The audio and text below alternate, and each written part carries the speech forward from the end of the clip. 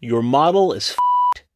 This is allegedly what actor Daniel Craig told co-CEO of Netflix Ted Sarandos at the latter's insistence that theatrical distribution was not Netflix's model. This altercation happened to take place at the premiere of Craig and filmmaker Rian Johnson's film Glass Onion: A Knives Out Mystery. The film, a sequel to the director's original surprise hit Knives Out, was the result of a historic deal between the director and the streaming giant, one that saw Johnson walk away with $450 million in exchange for the rights to 2 Knives Out sequels. While it would appear that Johnson was more than happy to accept the payday at the time, trouble arose when it was time to actually release the film, with Johnson and his high-profile star unhappy with the streamer's plan to release the movie exclusively on their streaming service. In a half-hearted attempt to keep their talent happy, Netflix acquiesced to a theatrical rollout, but for 1 week only, a plan that forfeited a hefty payday for Netflix itself while further alienating its talent. Rather than releasing the film worldwide, Netflix only put the high-profile sequel in 600 theaters. Even with that limited rollout, Glass Onion still managed to recoup well over $13 million,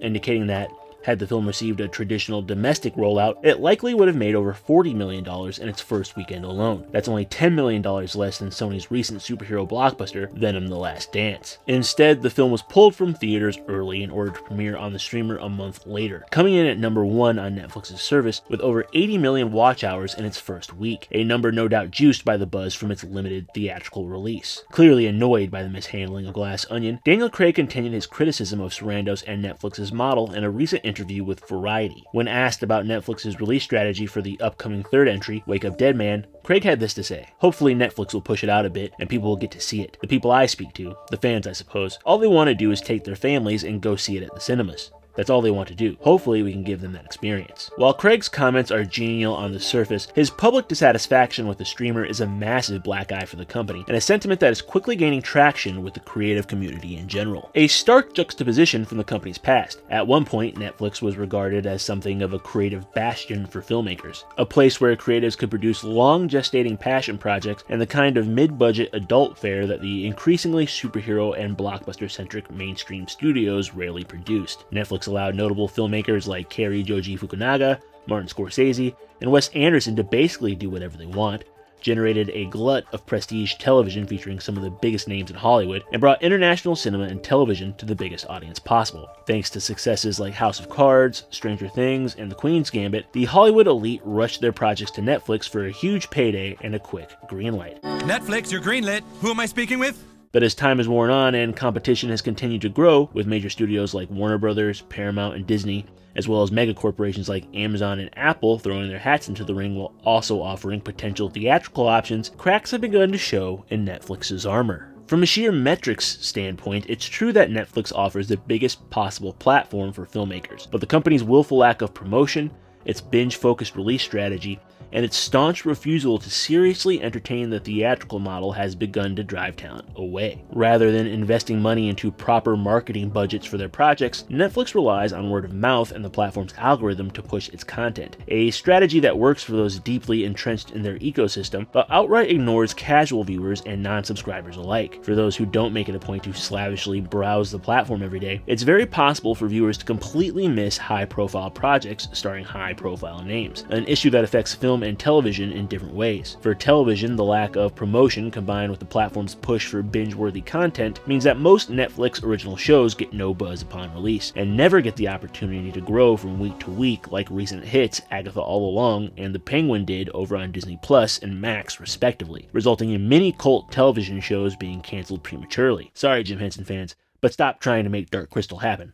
It's not going to happen. On the film side, without a theatrical release to generate buzz, the problem is even worse. Thanks to Netflix's dubious track record in regards to their feature output, audiences and filmmakers have begun to equate straight-to-streaming releases with their ancient forerunners, straight-to-home video releases, meaning that most Netflix films, regardless of quality, are just as likely to hit as they are to be forgotten. For every Red Notice, there's a Triple Frontier. For every Irishman, there's a Message from the King. For every The Atom Project, there's a The Midnight Sky. These latter examples release with minimal fanfare and quickly fade into obscurity, though in many cases that's probably for the best.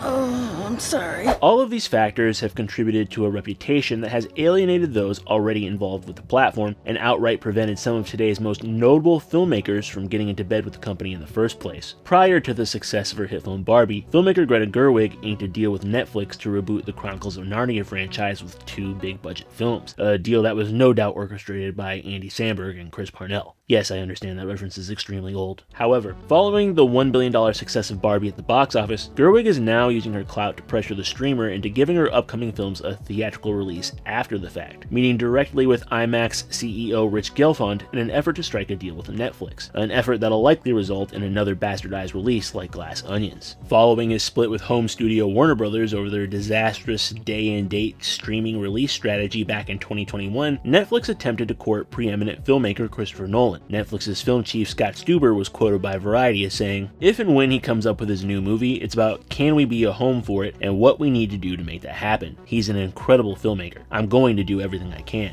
Why Stuber thought courting Nolan was a good idea in the first place is anyone's guess. Not only does Netflix exclusively do the dumb that Warner Brothers did, only without the simultaneous theatrical release, but the director hasn't minced words about his feelings on the company in the past. In a 2017 interview with IndieWire, Nolan had this to say about Netflix. "Netflix has a bizarre aversion to supporting theatrical films. They have this mindless policy of everything having to be simultaneously streamed and released, which is obviously an untenable model for theatrical presentation." It should go without saying, but Nolan will go on to make his next film Oppenheimer with Universal, rolling the film out with a full worldwide theatrical release with a focus on true 70mm IMAX presentation, a release strategy that resulted in the cultural phenomenon known as Barbenheimer, garnered the filmmaker and his cast and crew 7 Oscar wins including Best Picture and Best Director, and earned nearly $1 billion at the box office, an unheard of number for a prestige historical drama, none of which would have been possible had Nolan signed on with Netflix. A lesson that actress and producer Margot Robbie and director Emerald Fennell has no doubt heeded. During a recent bidding war, Netflix was keen on acquiring the pair's upcoming project, a new adaptation of the classic novel Wuthering Heights. Since a new movie from the star of Barbie and the director behind recent buzzy projects like Promising Young Woman and Saltburn would no doubt be a huge hit, Netflix offered the team $150 million,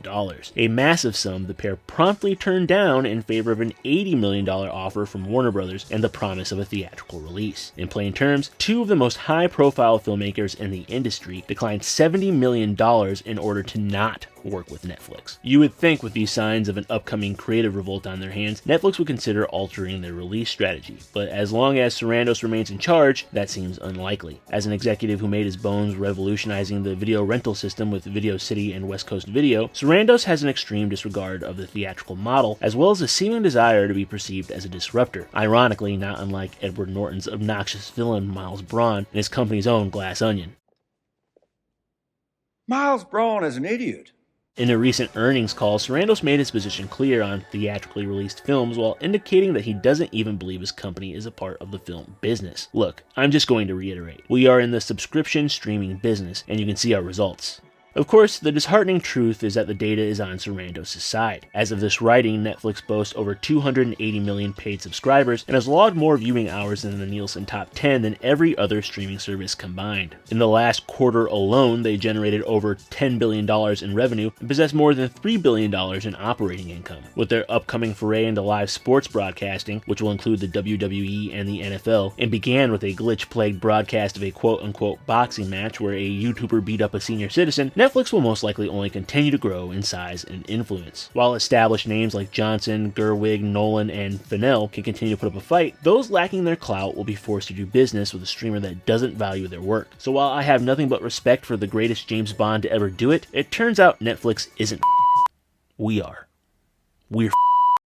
You are the ones who are the ball lickers! Let me know what you think about Netflix's approach to the theatrical model down in the comment section below. Like me, do you think Netflix is a negative influence on film, or do you think the positive outweighs the downside? Let me know. I'd also like to ask that if you liked this video, please click the like button, click the bell, press subscribe, and share it with a friend. I'd like to say thanks in advance. Thanks for watching, and until next time, peace.